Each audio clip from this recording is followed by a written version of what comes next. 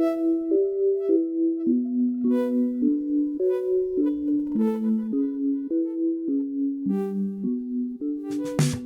back to the Think Deeper podcast. I'm your co-host, Will Harrub, joined by Jack and Joe Wilkie. Got a very timely episode for today, as we're going to be talking about Israel, the Jews as allegedly God's chosen people. Still, a lot of discussion that we're going to get to with that. Before we do, though, I've got two things that I want to bring up. The first is that we have got kind of a relaunch of some kids' Bible class curriculum.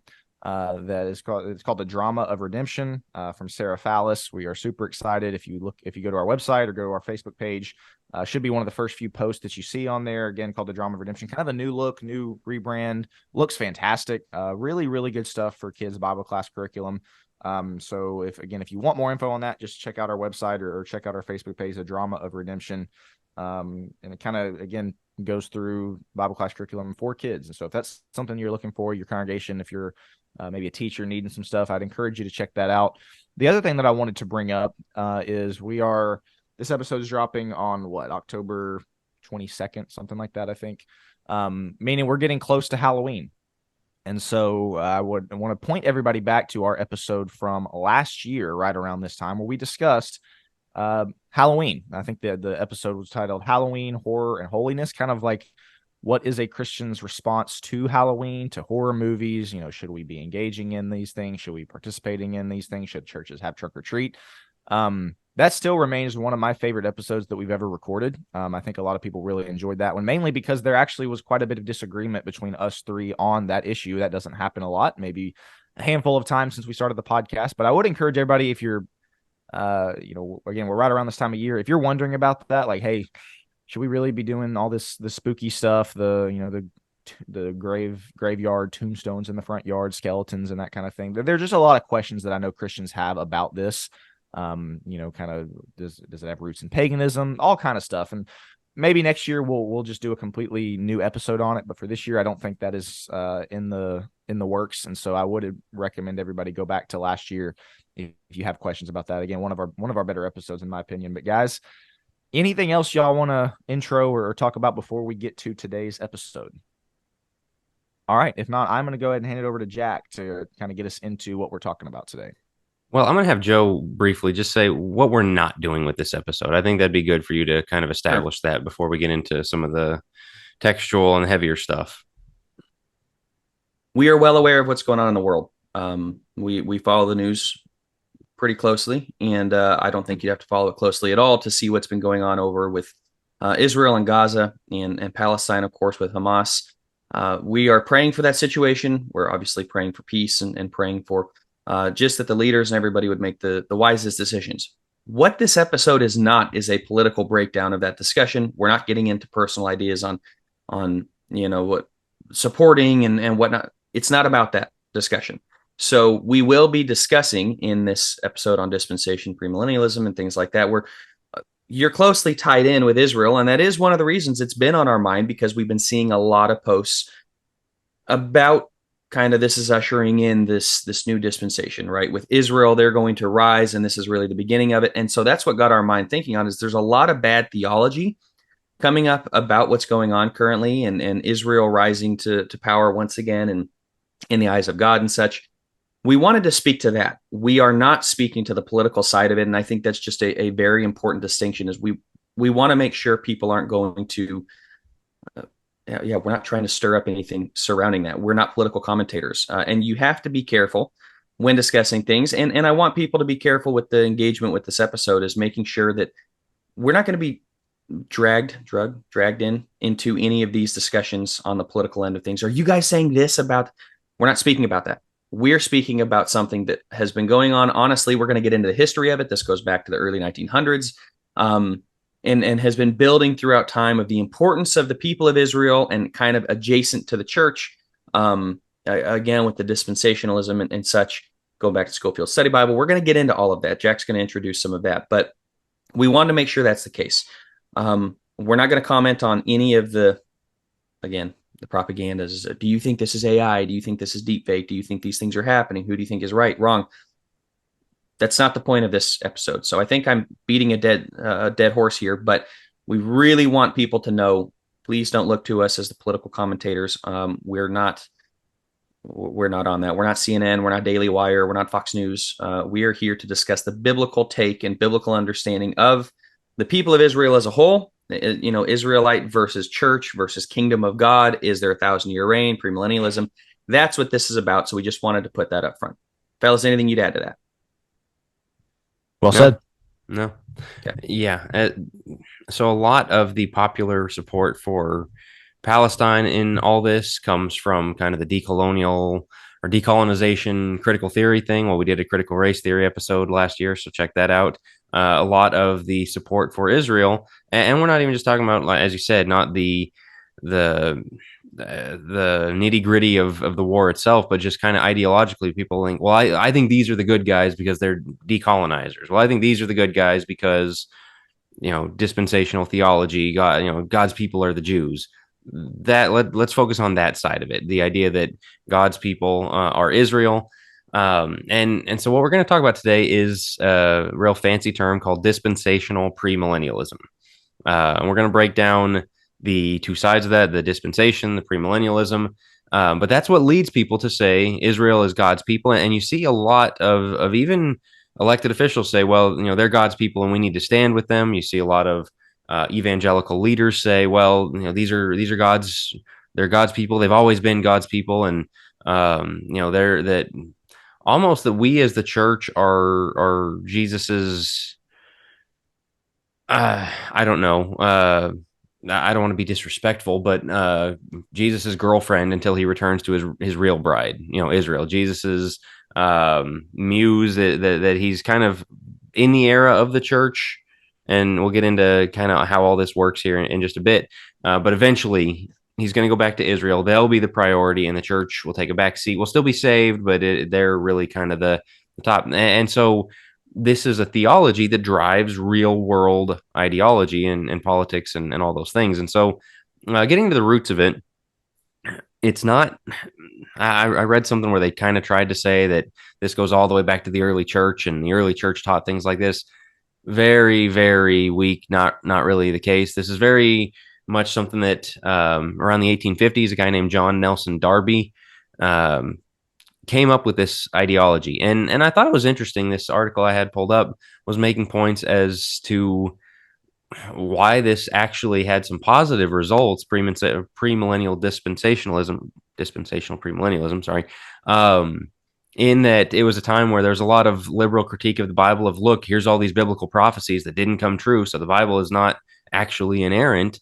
And the premillennials went back and said, well, let's read these biblical prophecies. Oh, these are things that are still going to happen to Israel and to the world and all that. And so there's a way you can still read the Bible literally and come out okay. And so they were trying to answer some of those problems. They were trying to, have faith in God when they look and see the world kind of turning away from God, turning to immorality and all that, okay, well, aren't things supposed to improve under Christ's reign? And why is this? Well, here's their textual explanation. And so John Nelson Darby, again, was a guy that pushed that in the 1800s.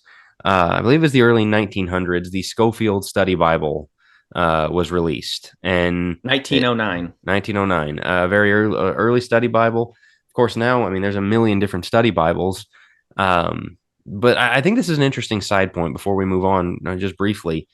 This is a reason that you'll hear Bible class teachers and preachers say this, and you really need to take it to heart. The notes in your study Bible are not inspired. They're not. They're helpful, but there's a lot of people who believe that, like, this is such a gigantic view, maybe the mainstream view in Christendom, dispensational premillennialism and the restoration of Israel and all that might be the leading view in evangelicalism because of this study Bible. It was an early study Bible. It was very popular, millions of copies. Lots of people had it in hand. And when they would read it, and they'd read Revelation, or they'd read Matthew 24, or they'd read Daniel, and they'd see this guy's notes in the text at the bottom saying, well, this is what it means. It's still yet to come.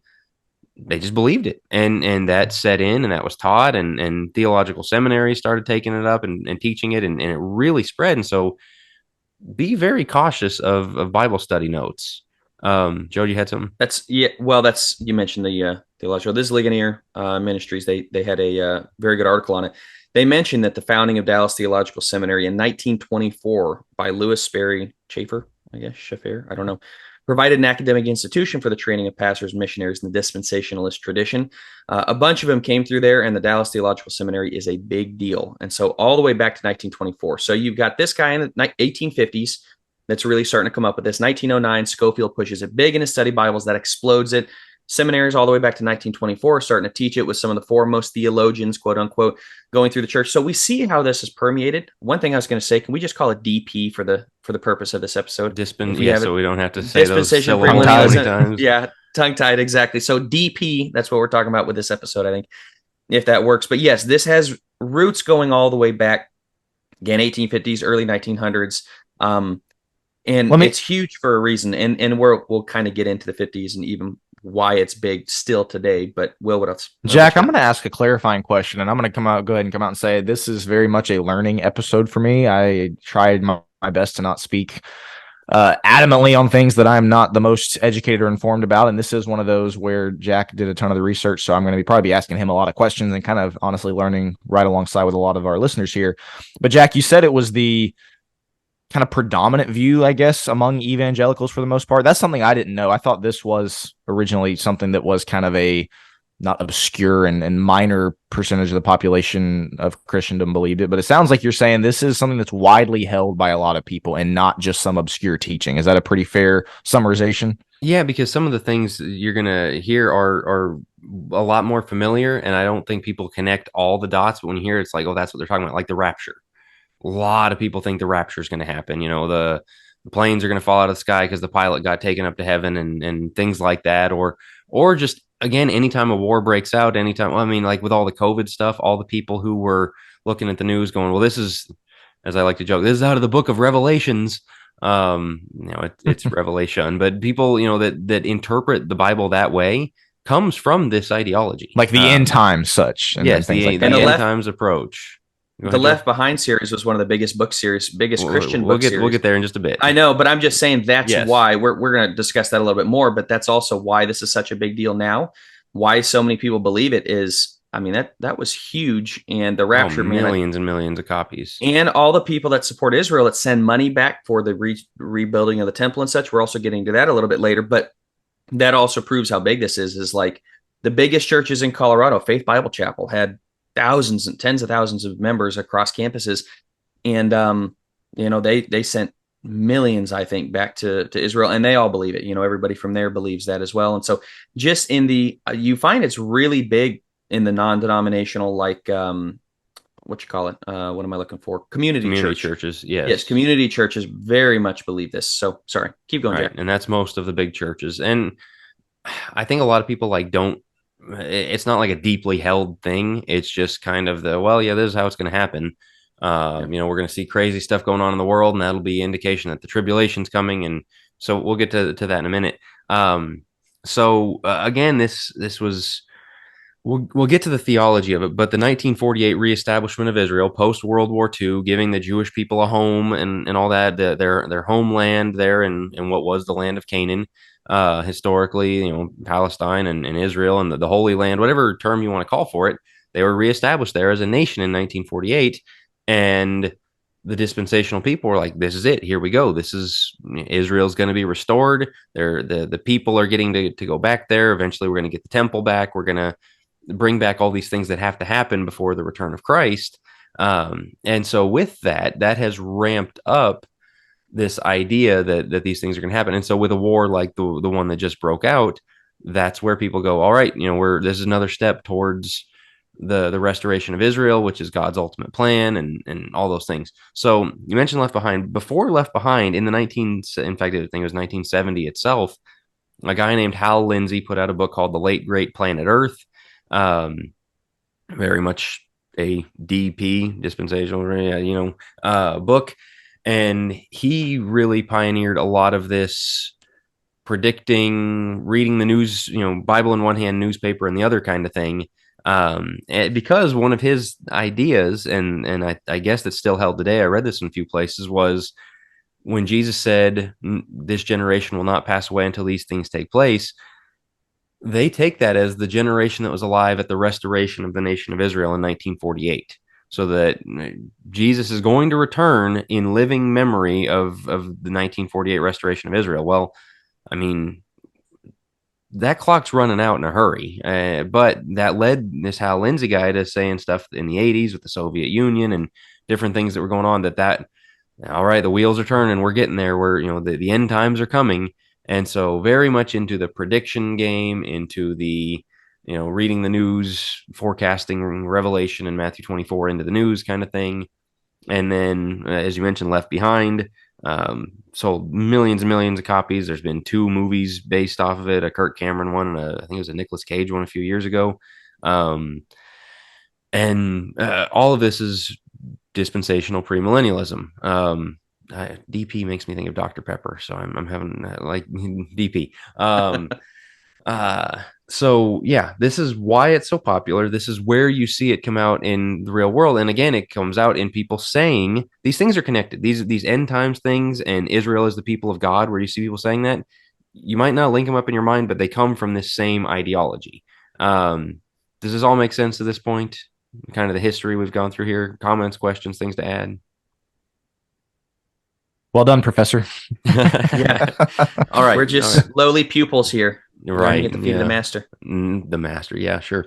All right. So let's get into the technicals of it. Let's break down dispensation and millennium. All right. I sent you guys the homework. What's a dispensation? Somebody else talk for a minute. Well, I got it pulled up unless you got it. Go right ahead. Okay. So the idea of a dispensation, or these are times in life. Actually, I had 2 different ones pulled up because this one says it pretty well in terms of what a dispensation is. It talks about the definition given by Dr. Schofield on page 5 of his notes in the Study Bible. A dispensation is a period of time during which man is tested in respect of obedience to some specific revelation of the will of God. 7 such dispensations are distinguished in Scripture. This is what Schofield says right out of his Bible. The 7 so-called dispensations are innocency, conscience, human government, promise, law, grace, and kingdom. I believe they think we are in the grace period. We're waiting for the kingdom to come down, I think is how that works. And grace would be the second to last one, as you just run through that again. Correct. Innocency, conscience. So, Adam and Eve. Conscience, that's all the way up through, I think, into the flood, I believe. Human government, promise, law, grace, kingdom. So Abraham would be during promise, Moses would be during law, grace would be after Christ, and we're waiting for the kingdom.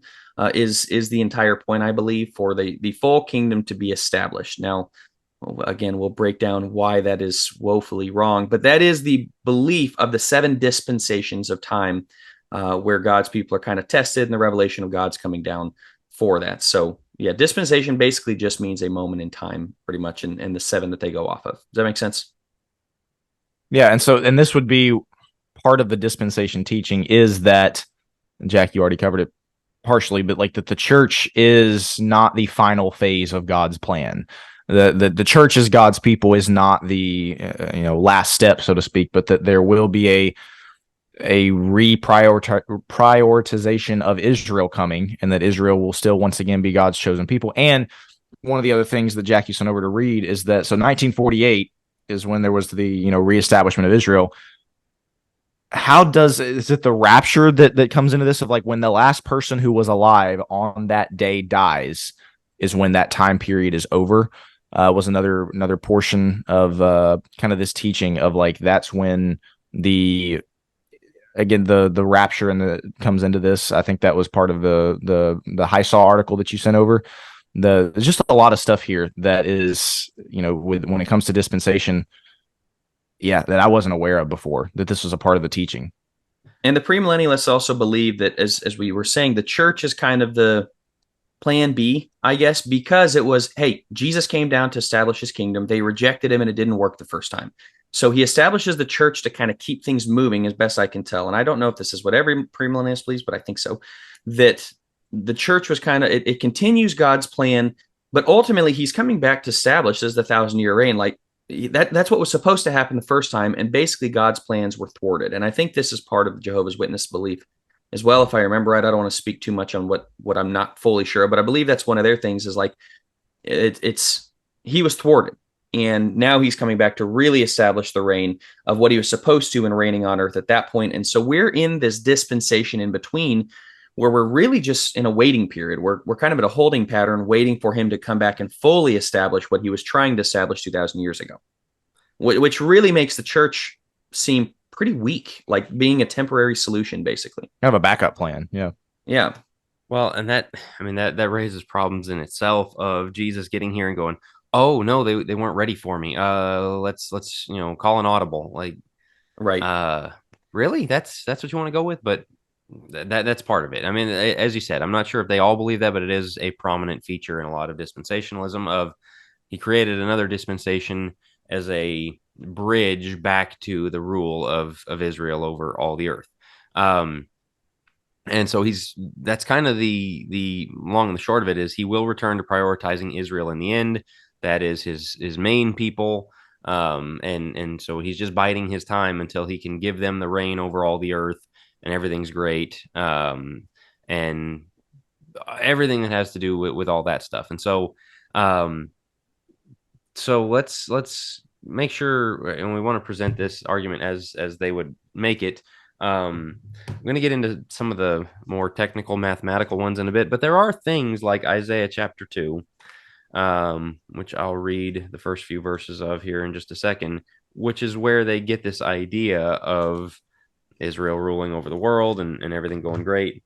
Isaiah 2, the word which Isaiah the son of Amos saw concerning Judah and Jerusalem. Now it will come about in the last days, the mountain of the house of the Lord will be established as the chief of the mountains, and will be raised above the hills, and all the nations will stream to it. And many peoples will come and say, come, let us go up to the mountain of the Lord, to the house of the God of Jacob, that he may teach us concerning his ways, and that we may walk in his paths. For the law will go forth from Zion, and the word of the Lord from Jerusalem. And he will judge between the nations, and will render decisions for many peoples. And they will hammer their swords into plowshares, and their spears into pruning hooks. Nation will not lift up sword against nation, and never again will they learn war.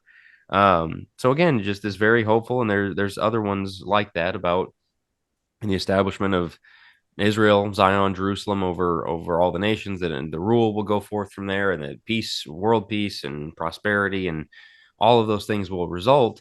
And that goes again to the thing where I said liberal theologians would point me like, well, that's not happening.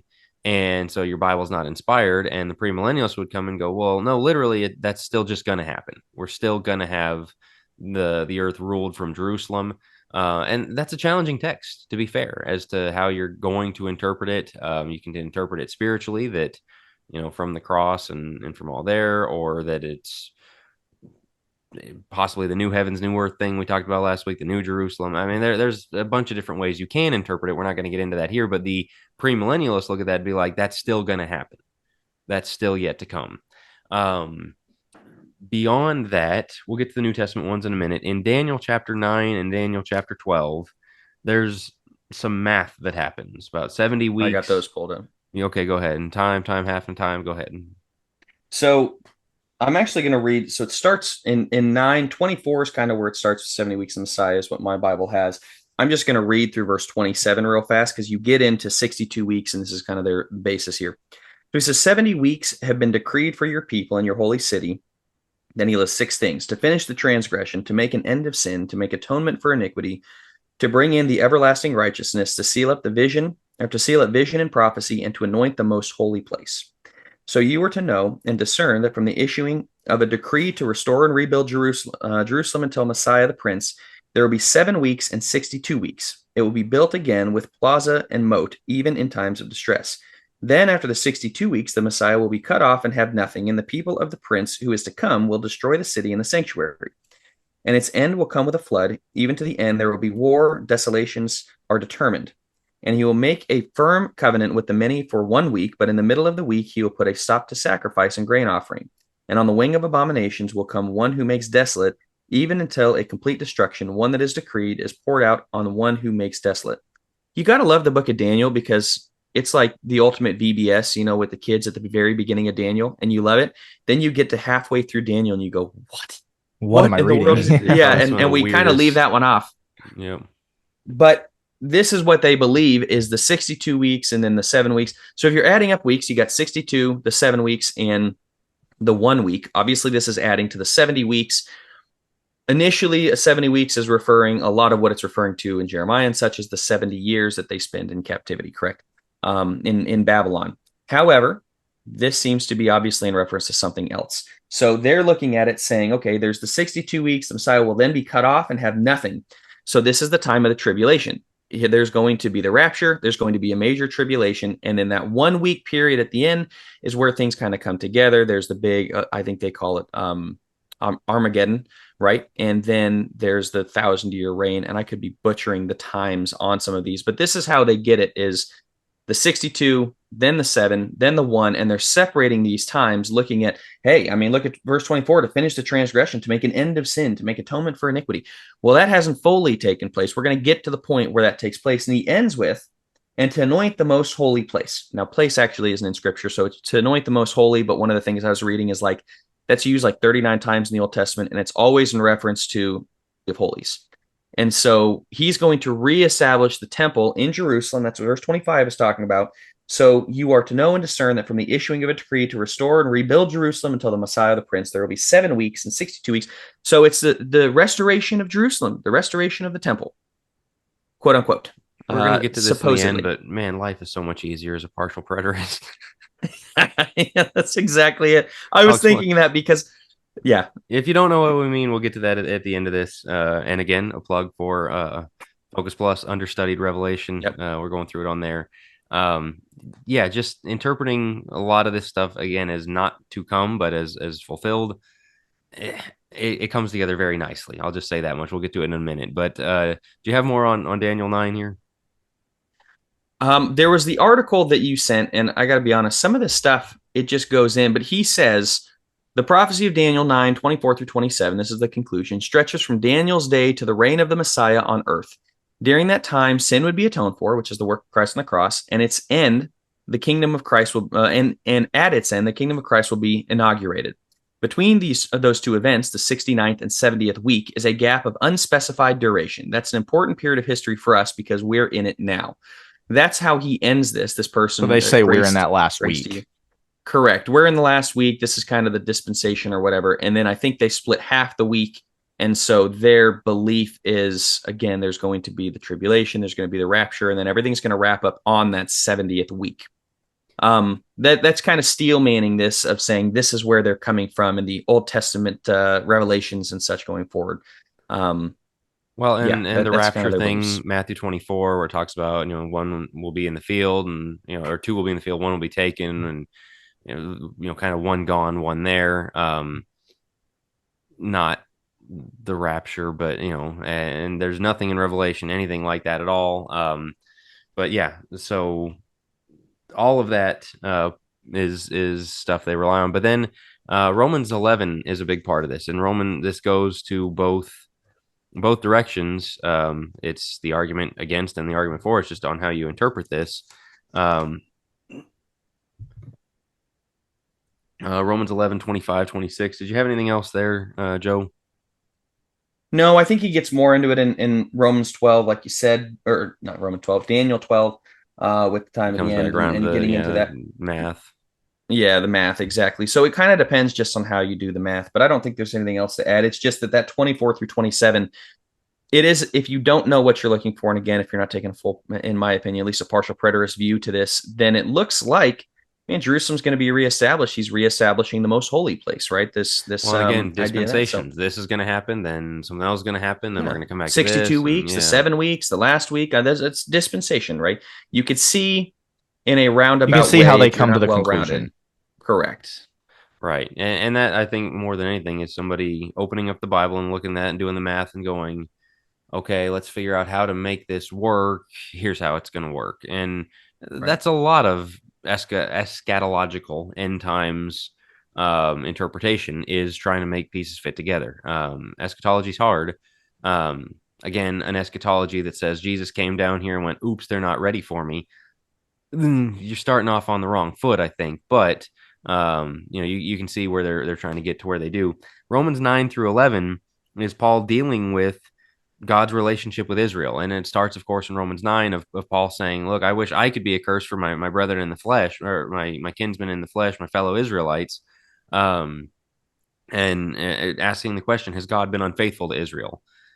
Because he ends Romans chapter 8 with nothing can separate us from the love of God. But then you've got that question, well, what about the Jewish people? What about Israelites? Like they were God's people, and are they not anymore? What's going on here? And so Romans 9 through 11 is a big exposition of that whole thing. And Jacob I loved, and Esau I hated, and I chose you, and you had preference, and you rejected. And there's a lot of talk about remnants in there. But the real crux of interpretation comes down at the end, and you need everything in 9 through 11. So we'll talk about that here in a bit. But Romans 11:25. For I do not want you, brethren, to be uninformed of this mystery, so that you will not be wise in your own estimation, that a partial hardening has happened to Israel until the fullness of the Gentiles has come in. And so all Israel will be saved, just as it is written, the deliverer will come from Zion, he will remove ungodliness from Jacob. This is my covenant with them when I take away their sins. And so he's telling the Gentiles, all right, you are being given this opportunity because of Israel's unfaithfulness, and the gospel has gone to you. But this is going to make Israel jealous, and that again kind of goes to this dispensational idea. Is how they interpret this is God's just dealing with the Gentile world right now to make Israel jealous, so they come back again in the end. And look, all Israel's going to be saved. So look, they're clearly God's prioritized people. He's just using the Gentiles to rebuild his relationship with Israel. And so that's the interpretation of this. There's obviously a counter interpretation, which we'll get to. In fact, numerous ones. This is one of the hardest, for my money, maybe the hardest section in the entire New Testament, because of the weird terminology and the shifts in ways Paul uses terminology and all that. But anything else here on this dispensational part? All right. So before we get to why we don't agree with all this stuff, the millennium, the premillennialism, that of course comes from Revelation chapter 20. The idea of the millennium and the 1,000-year reign of Christ.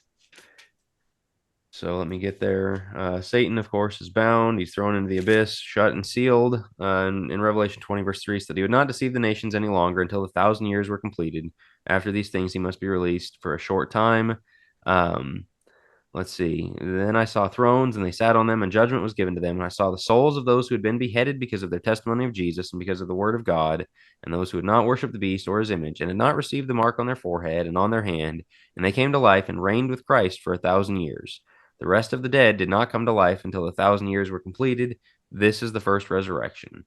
Blessed and holy is the one who has a part in the first resurrection. Over these the second death has no power, but they will be priests of God and of Christ, and will reign with him for 1,000 years. When the 1,000 years are completed, Satan will be released from his prison and will come out to deceive the nations which are in the four corners of the earth, Gog and Magog, to gather them together for war. The number of them is like the sand of the seashore.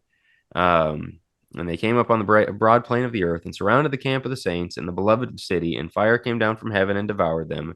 And the devil who deceived them was thrown into the lake of fire and brimstone, where the beast and the false prophet are also, and they will be tormented day and night forever and ever.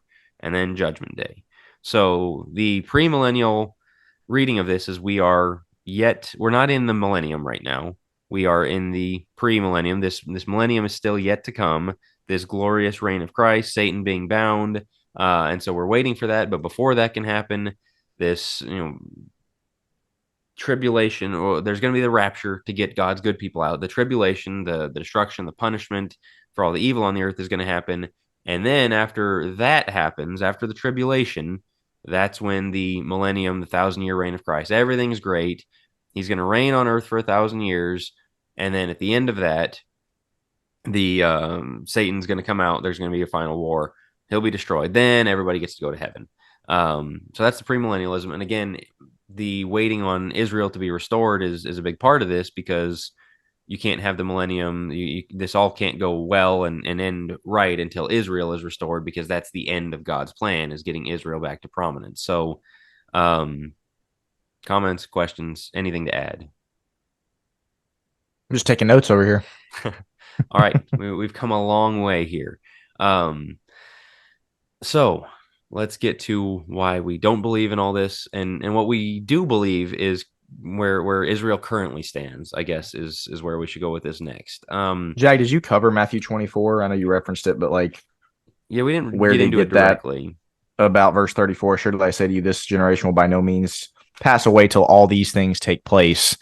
Obviously, read that about the destruction of Jerusalem, then that's pretty clear. But if people read it about the end times, it's like, this generation, well, what is that referring to? Right. Referring to, again, the reestablishment of Israel there.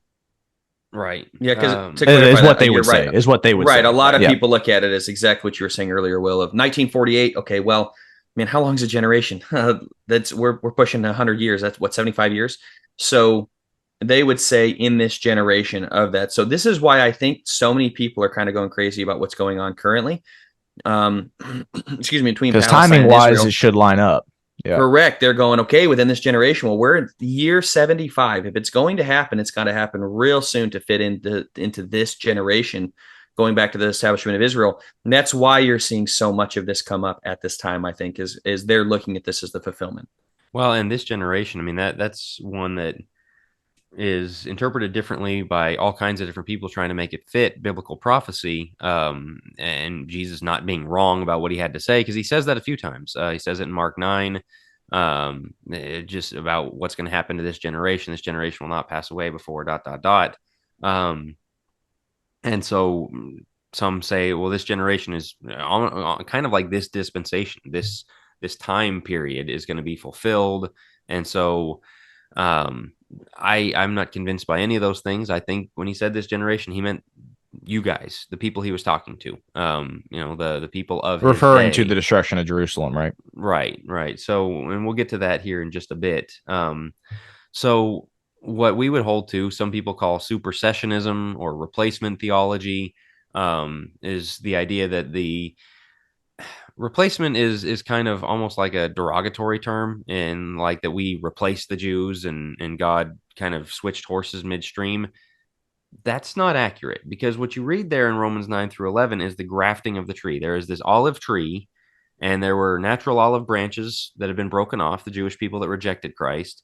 There were wild branches that were grafted in to be part of the tree. So Jews added, or Gentiles added to this tree, and coming together to make one tree. And it's still the same tree. God didn't chop the tree down and start over, and throw the Jews out, and it's all Gentiles now. It's this. Go ahead. I was going to say the other great place for that is Ephesians 2, where Paul goes to great lengths to describe to the Gentile listeners of their readers of that letter, there is no wall of separation anymore. You come together. You are, you're no longer separated from and he says that you're no longer aliens of the commonwealth of Israel. Right. It was a coming together. It was not you replace the Jews. You guys are now the top dog, so to speak. He's like, no, you come together. And you see that, of course, Galatians 3:28, you've got on here as well. Same type of thing. That's a pretty important New Testament principle that this whole dispensationalism, Israel as the final great nation, kind of seems to ignore in a way. And we read there in Romans 11, he used that term mystery. Paul uses that term a lot. And it is about the uniting of Jew and Gentile. Yep. It's about bringing them together. And so, as you said, Ephesians 3 talks about the mystery. Matthew 3, verse 9, that's where John reminds them, hey, you think, hey, we're sons of Abraham, we've got it made. He's able to raise up from stones sons of Abraham. And so it's really more about your faith and your repentance that God's looking for. Jesus comes back to that. Paul mentions it in Romans 2:28. He says, circumcision isn't this outward fleshly thing. It's circumcision of the heart that God's looking for, is people who are changed from the inside and not just some physical mark that you bear. But he is a Jew who is one inwardly, and circumcision is that which is of the heart by the Spirit. I mean, he literally says that Jew is the inward part of it, and meaning you can bring anybody, again, kind of raising up sons. You also have John 8 on there. I don't know if you had that pulled up. Yeah, well, that's just Jesus has a back and forth with the Pharisees about Abraham, that you say you're Abraham's descendants, but you don't do the things of your father. If you were verse 39, if you were Abraham's children, do the deeds of Abraham. And so he says you are doing the deeds of your father, and it's not Abraham. And so it's very much this, hey, bloodline is way less important than faith. And so again, we mentioned Romans 2:28, Galatians 3:28. There's neither Jew nor Greek, male nor female, and all those things. And that passage that gets twisted in so many ways, that's what it means, is God has removed that dividing wall. And Galatians 4 goes into that, about the son of promise, and then the son, or the first son, but then the son of promise. It's not Ishmael, it's Isaac. It's the son by faith and not the son by flesh. And so, I mean, a whole lot of the New Testament has to deal with this Jew Gentile thing of God bringing together and making one new family that are all children of Abraham. I mean, we sing that at Joe's favorite VBS. Father Abraham has many sons, and I'm one of them, and so are you. And it's like, no, that's real. We are Abraham's descendants. We are, children of Abraham, through Christ and through the blood that we share and all that. And it's not this whole like, well, you Gentiles are kind of the second class citizen. I mean, like The stepchild. the Yeah. stepchild, or the thing of like, how horrific would it be if, a family adopted, had biologically born children and adopted kids and treated the adopted kids like, when time came to divvy up the inheritance, all right, well, you guys, you get a little bit. You guys are going to get like 10% each, but the biological kids, they get 25% each. Well, Like that would It be goes really, really rotten. I mean, like, but that's what essentially we're claiming God is doing, or they're claiming God is doing. it goes this against is the parable of the workers in the vineyard, right? Where it's like some came in the 11th hour. Yes, we look at that as somebody baptized on their deathbed. Sure, that too. But he's also, I think, in reference to the Gentiles coming in, of like, they get the same reward. They're coming into the system late for sure, but they're also coming in faith. And so I think that's relevant as well from him bringing them in later, but not treating them any differently. Well, again, to bring it back to Ephesians 2, he uses the phrase one body, the same body, multiple times, where, again, he's making that very clear, like Ephesians 2:16, that he might reconcile them both to God in one body through the cross, thereby putting to death the enmity. And then 3 verse 6, that this is to when he says that you might understand the mystery, which Jack is talking about, that the Gentiles should be fellow heirs of the same body. It's one tree. It's not two separate trees, one family, one body, however you want to put it. Yeah, to me, I got to be honest, I don't see how that gets missed in the, like, I don't see what is their explanation for that, Jack. I don't know if you, not to put you on the spot, but like that seems to be a pretty clear New Testament teaching there. Well, they would point to the all Israel say or will be saved, the Romans In 11 chapter 11, thing. yeah. The Gentiles are being used to make Israel envious to provoke their repentance. But that doesn't mean, again, that the Gentiles are lesser. It's all right, they're getting a turn. You guys had your turn, and they got priority. I mean, like, because he talks about that in earlier on in Romans 2 about like, look, you guys had the law, you guys had this opportunity, and so what advantage has the Jew? Well, in every way. I mean, you guys got to know God more closely than anybody else. He spoke to you, he gave you the law, he gave you prophets, he was hands on with you guys in ways that he wasn't with any other nation. And so, yeah, you got that head start. But interestingly, Paul starts off by saying about the gospel, I'm not ashamed of the gospel. It's the power of God of salvation to the Jew first and then to the Greek. That's part of this, of like they're getting it first, and then it's going out to the Greek world and all of these other things. So they got priority. They got first crack at the kingdom. But that's what Ephesians 1 is about. Paul goes from the we received this, we received that, and then he goes, you also received, that eventually it went to the Gentiles. And then, as you said, Ephesians 2, they're brought together. Ephesians 3, the mystery. And so all of those passages that talk about Israel's priority and then we end up on the same team. We end up the same together. And so you have to read those and bring them with you to Romans 9 through 11. So when it comes to, all Israel will be saved, they take that as every Israelite is going to be saved by their blood. Well, if you believe that, that makes the Bible contradictory, not only against all those things we just read, but against the plan of salvation. Right. Against, you don't come in through baptism. You don't come in through faith in Christ. You come in through blood. And then some Bloodline, people come in right. through faith in Christ, but mainly the bloodline's what matters. Again, it misses the entire teaching of Jesus and them calling them out. And as we're about to get into, it misses AD 70 and how we don't really know who's a true Jew these days because of what happened in AD 70. We'll get into that. The other thing is, just to briefly mention before we move into that part of the outline, if we're good to move on, is, the idea of the kingdom is really difficult. Matthew all the way throughout talks about the kingdom, right?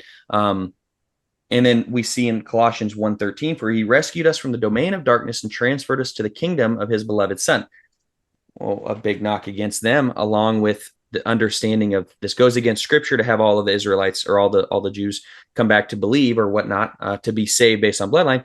There's also the idea of, well, he's coming back to establish his kingdom. Okay, then what do you do with all the scriptures about us being in his kingdom currently? And they really don't have an answer for that one either, because not that I'm aware of, because they're still waiting for the kingdom to be established, and that's a big part of it. But that does kind of get us into, fellas, if we're good with it, moving into this last part of our outline here, like, does God hold the Jews separate today? And are we going to see a separate kingdom where the Jews start to reign, 144,000, right, of the Israelites? We say they also take that from Revelation, I believe Revelation 9. So does God plan to separate the Jews today?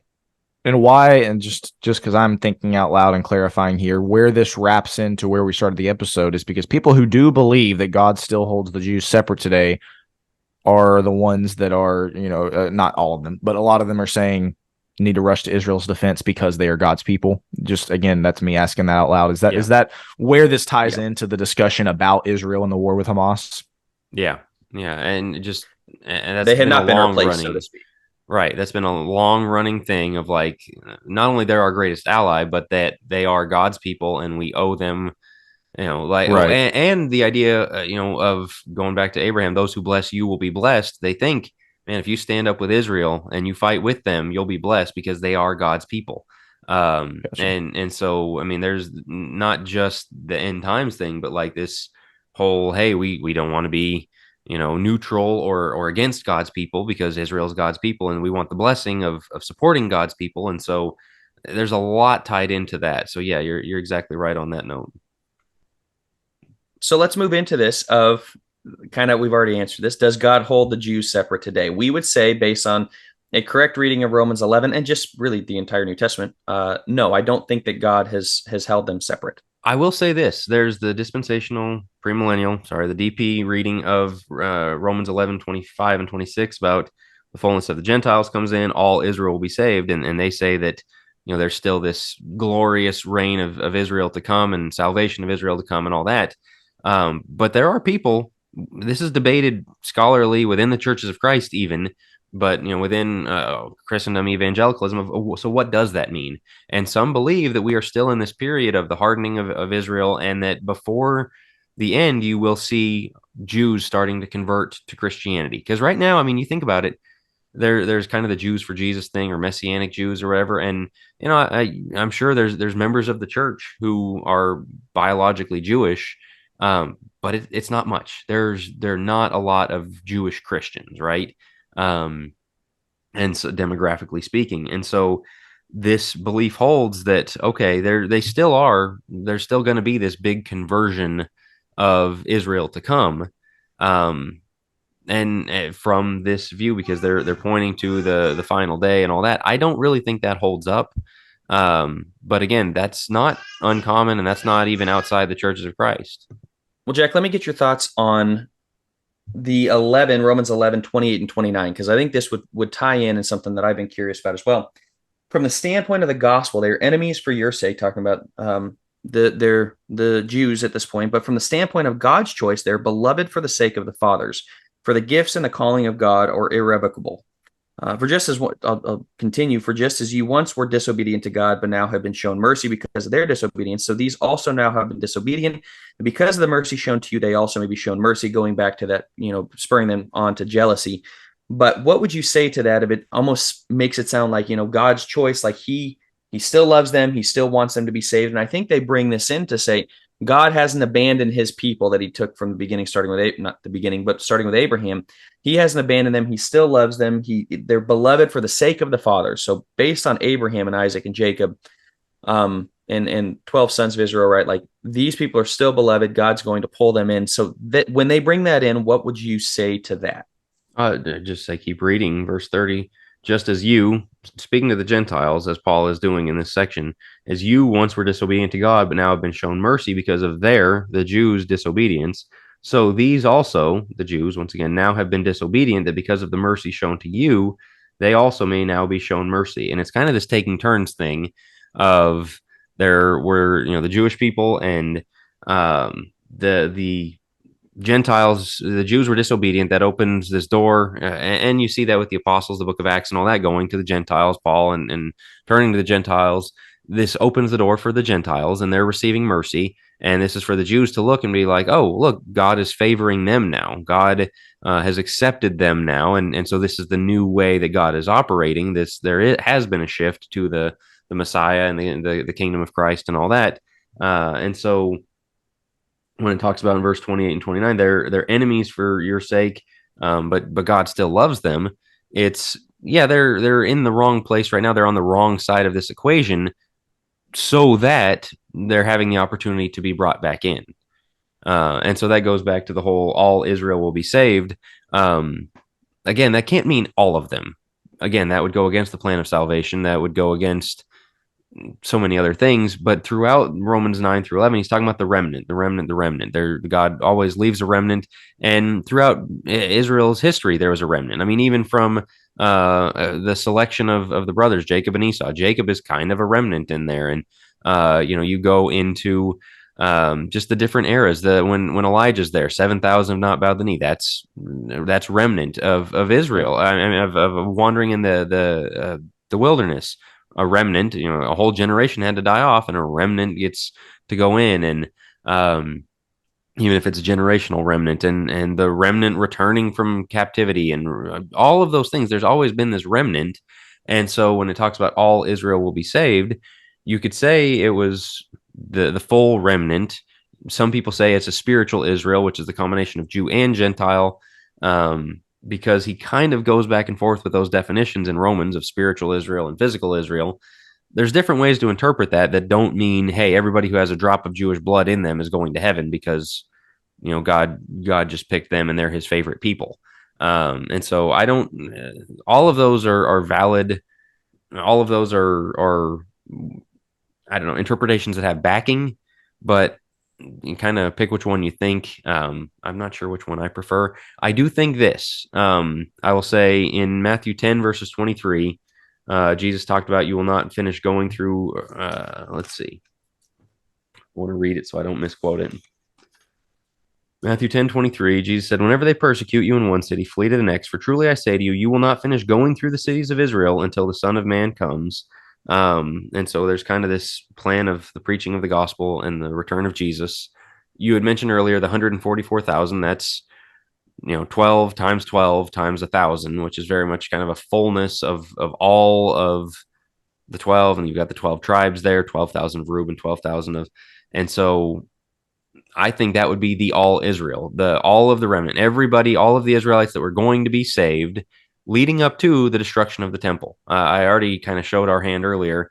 I more and more all the time buy into the partial preterist view, which is to say that 90 to 95% of New Testament discussion about things that a lot of people take as the end times were actually fulfilled at 70 AD in the destruction of the temple and destruction of Jerusalem. Now, that doesn't mean at all. There are full preterists who say everything's been fulfilled. Jesus isn't coming back. No, he's still coming back. There's still a resurrection of the dead. There's still the judgment day, and all those things are yet to come. But a lot of the stuff pointing forward in the New Testament, and I would say Daniel 9, Daniel 12, the 70 weeks, all that timing, if you want to get pretty literal with those numbers, it lines up best with the destruction of the temple in 70 AD. The 144,000, this all Israel being saved, is every Jewish person that was going to come to the church and be pulled separate from Jerusalem, as Jesus warned them to do in Matthew 24, to get out of Jerusalem and be saved. All of them were, and then Jerusalem was flattened, the temple was destroyed, and there's no more Jew Gentile. There's not any.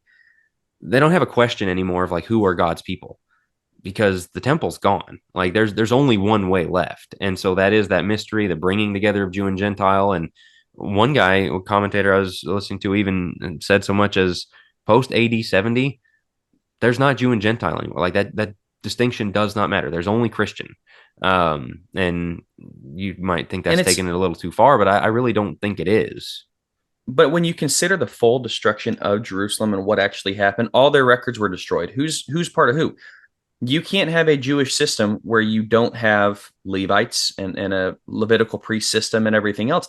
They don't know who's who, because at That's this part point of it's all, the dispensationalism is they at the restoration of Israel as God's people, they believe the temple will be rebuilt.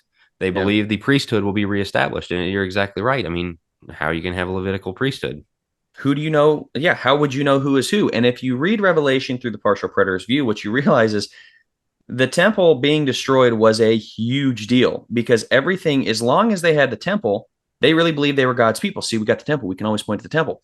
So when that comes in as leveled, there are crazy, crazy stories of people trying to rebuild the temple through the last 2,000 years of like fire coming up from the ground and killing people. I don't think God intends to build the temple again. Yeah, Because why? that's a whole other rabbit hole. But this is documented Roman history. Julian the Apostate, if anybody wants to go Google that, was a Roman emperor after Constantine had Christianized the Roman Empire. He said, "No, we're going back and we're going to reestablish everybody's gods, including the Jewish God and the temple." And they went to rebuild it. And as Joe said, they had to abandon the project because people kept dying.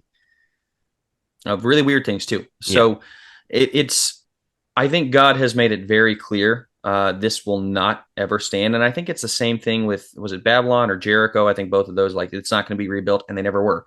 So when God says that, he takes it pretty seriously. And I don't think there's any reason to rebuild the temple, because we know Jesus is the fulfillment of it. I preached on that. That's on Focus Plus, with Jesus being the tabernacle and the fulfillment of the temple, with the lampstand and the bread of life and the, you know, living water, like cleansing, the giver of living water and the cleansing, and the Lamb of God and all of those things. Jesus is the living fulfillment of it. And we also know that we now are the temple, in a way of, you know, we house the Holy Spirit within us. So that's been done away with. And what would be the point of reestablishing it if not to bring the Jews back into this relationship with God? What you have to understand is, and this is what I came to more and more, the more we've studied Revelation, God, we look at, well, boy, Rome is what put Jesus to death. Rome's the one that killed Jesus. And everybody who reads AD 96 version of Revelation, that's kind of what they look at. No, the Jews put Jesus to death. And that's made very clear: is you put Jesus to death, you have killed him, and you rejected the Son of God. And then not only did he didn't just kill him for that. Not only did you kill the Son of God, you're now persecuting the bride. You're now putting to death his bride. Honestly, that's a problem. Gets into the unforgivable sin of, they saw Jesus, they rejected him. He said, "Okay, you can be forgiven for that." They saw the Spirit working through, the apostles and all that, and killed them. Still rejected him. Unforgivable, yeah. And they continued, and not just rejected, but persecuted. And that's when you read through Revelation, when it talks about, the city where our Lord was crucified. We know where that was. Where it talks about, the blood of the martyrs and the saints. Well, Jesus accused Jerusalem of that at the end of Matthew 23. Before everything he says in Matthew 24, he ends Matthew 23 with, "You guys have killed the prophets. Like, you guys have all this blood on your hands." And Revelation keeps coming back to that. Going back to Abel, yeah. Yeah, and so there's, again, this is probably a minority interpretation in the churches of Christ, but to me, it connects dots so much better than just having these disparate pieces throughout the Bible of, well, here's the Jew-Gentile thing, but then Rome is going to come in 100 years, 300 years from now, this is what we're focused on. Like, no, this is all very organically connected in a way that I think really flows together well. We don't have time for a whole class on Revelation, but if you subscribe to Focus Plus, you can listen to. You have access to a whole class on Revelation. You have access. You can start now and catch up. I think there's already 10 weeks posted, and so getting back to the Revelation, the 1,000-year reign, we talked about the 144,000, 12 by 12 by 1,000. The 1,000 is this, it's intended to represent a very, very long period of time, right? And so it's the completion of, look, every Jew who's going to be saved up to the destruction of Jerusalem, 144,000 is going to, because right after this in chapter 9, he talks about all the tongues and everybody that comes, the tribes and peoples and such. So it's clearly talking about, I think, the Jewish brethren who will be saved, and then there's everybody else who's going to be saved as well. Fast forward to chapter 20, it's talking about this 1,000 year. First off, it doesn't just say Jesus is going to reign 1,000 years. It says we will reign with him for 1,000 years. When you understand what 1,000 means, representing this completion and such, it makes a lot more sense that the Christians, rather, that have been persecuted, go from underneath the altar, "How long, O Lord?" to being at the end, they're reigning with Christ forever. That is a much better picture than, well, we're going to go through this tribulation, there's going to be the rapture, things like that. They bring in Matthew 24. That's, look, there's going to be some who were taken. That's a poor translation. So, taken, received is the same Greek word. So one's going to be received and one's not. I do believe that that's more talking about that in Matthew 24. So we didn't get through all of them and really breaking down Daniel 9. Maybe we can do that in the deep end a little bit more. But when you start looking at it from that point and recognizing the Jew-Gentile separation and the end of the Jewish system in AD 70, like it makes a lot more sense as to why, no, they are not the people of God now. And this New Jerusalem, when it's talking about the New Jerusalem, that's New Jerusalem coming down, end of Revelation. This is, as we talked about in the deep end, God bringing heaven down, right? This New Jerusalem concept here. And so they look at it as, oh, he's going to reestablish the temple. Why would he? Jesus is the temple, right? Or the fulfillment of that in that way. So, yeah, I don't know. What you're going to hear a lot of people say is it's anti-Semitic. You're saying they're not the people of God. That's anti-Semitic. In no way are we anti-Semitic. It's kind of the racism against the Jewish nation. It's not that at all. But we can say I don't believe they're still the people of God when they are literally claiming there's other messiahs. We're waiting on the Messiah. You can listen to prominent Jewish members who are literally. I don't want to upset people, but Ben Shapiro went on Joe Rogan and basically called Jesus a like traitor against Rome who was trying to stir up stuff. He was pretty much a criminal and got what he deserved. Who deserved what he got. Like, well, I mean, you read the Christ. Talmud about in writings about Jesus. They do not view him lightly. For the people of God, they like it is still well held that he's not somebody they accept. So when we're coming around to, well, they're still the people of God. You rejected the Messiah, the Christ, the Son of the living God, who, the whole point of the church being built in Matthew 16 was on Peter's confession is you are the Son of God. They all rejected that. Points to Mark 3, behold, your mother, or he says, they said, your mother and your brother and sisters are waiting on you.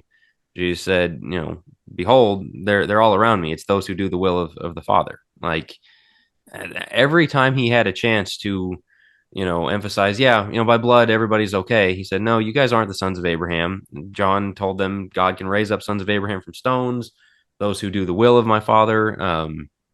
Just all of the chances he had to be like, yeah, you guys get special privilege.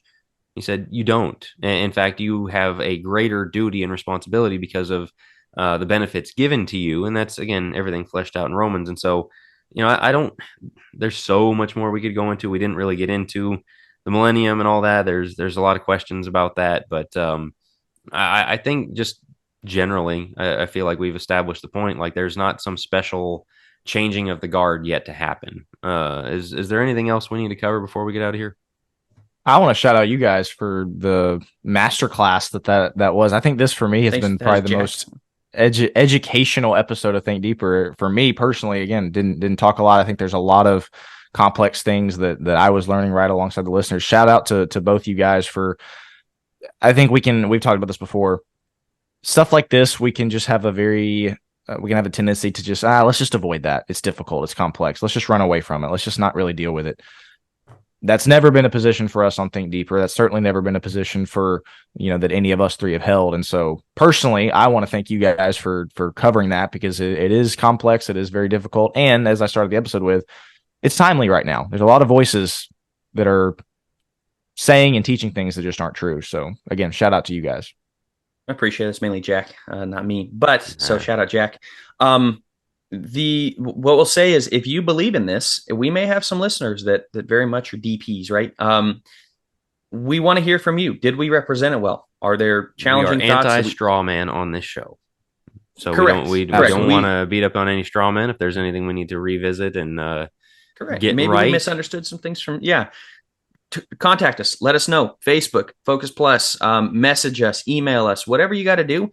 If you do feel like, hey, that's not right, that you didn't do this justice, or what would you say about this passage, please let us know. As we said at the beginning, this is a very, very common thing to believe. And I'm sure there are those in the Church of Christ that, maybe haven't been taught anything other than that, and maybe coming from different denominations and such. And so you may say, wow, we were always taught this. What would you do this passage? Please, again, comment, let us know. We would be happy to discuss it in the deep end. If we get enough comments on Facebook, then we may open it up for a freebie for everybody to enjoy. But that's all I was going to say. Is I just want to make sure we are steel manning this to the best of our ability. We tried to really do the research and to think about it from their point of view.